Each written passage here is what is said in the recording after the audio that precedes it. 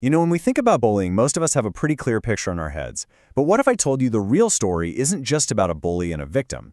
In this explainer, we're going to dig way deeper into the hidden causes of bullying, the systems and the social forces that are really giving it its power.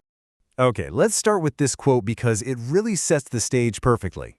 What this does is it immediately pulls our focus away from a simple good guy versus bad guy story. It forces us to look at the much bigger picture, that whole constellation of factors that are at play. So before we can even start to unpack that constellation, we have to get really clear on what we're actually talking about. What is it that truly makes bullying so different from, say, just a regular argument or a fight?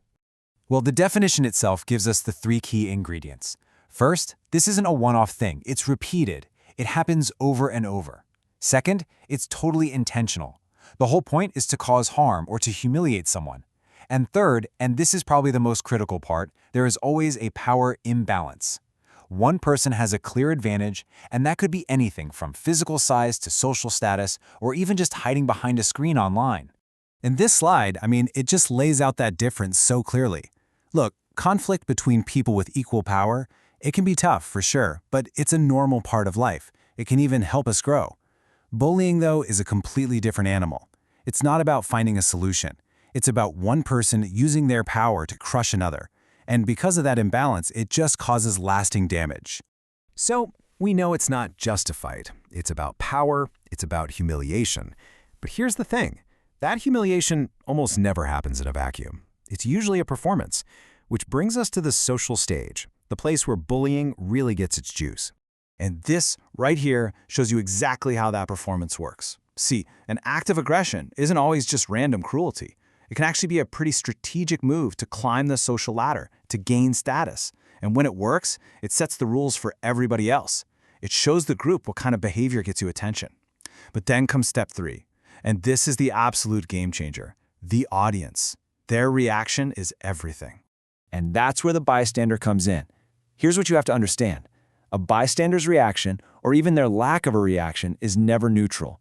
Silence, when you see someone being humiliated, is almost always read as approval.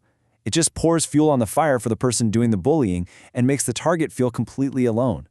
The audience is what gives the act its social power. All right, now let's zoom out even further. Beyond just the social group, all of this is happening within a much larger environment. A school, a company, an online forum.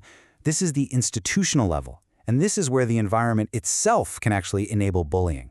So what's wild is that sometimes institutions can accidentally create the perfect conditions for bullying to thrive. I'm talking about blind spots in supervision, or when adults just brush it off like, oh, it's just kids being kids, or maybe worst of all, when someone is brave enough to report it and nothing happens. All of that sends a really clear message. This behavior is low risk here, the rules don't really matter, and suddenly you have a breeding ground where bullying isn't just possible, it's almost invited. Okay, so take all of that, the power imbalance, the social performance, the institutional gaps, and now let's pour some gasoline on the fire. Let's add technology to the mix. The internet doesn't invent bullying, but man, does it act as a powerful accelerant. First off, technology just obliterates the boundaries. There's no safe space anymore, right? The harassment doesn't stop when the bell rings. It follows you home, it's on your phone, buzzing in your pocket, right there in your bedroom. There's literally no escape. Second, think about the sheer scale of it all. What might have been a moment of humiliation in front of a few people in a hallway can now be broadcast to hundreds or even thousands in a matter of seconds. The size of the audience explodes, and the scale of the shame just gets magnified right along with it. And finally, and maybe this is the scariest part, it creates a sense of permanence. A cruel comment in the hall might fade from memory, but a screenshot, a saved post, that stuff can resurface months, even years later. The humiliation isn't a fleeting moment anymore. It's a permanent digital scar that can be ripped open at any time. So when you put it all together, it's pretty clear this isn't some simple one-size-fits-all problem. It's complex. It has individual, social, institutional, and digital layers. And it stands to reason then that any solution that's actually going to work has to be just as comprehensive. A truly effective strategy has to fight on all 3 of those levels at once. So at the individual level, that means building skills like empathy and teaching people it's okay to ask for help. At the group level, it's about flipping the social dynamic, turning those passive bystanders into active upstanders who have each other's backs. And at the institutional level, you need clear, consistent rules, reporting systems that actually work, and adults who are trained to see what's happening and to act decisively. Which really leaves us with this final critical question to think about. After everything we've looked at, it seems like instead of just pointing fingers trying to find one person to blame, maybe the more productive question is a different one.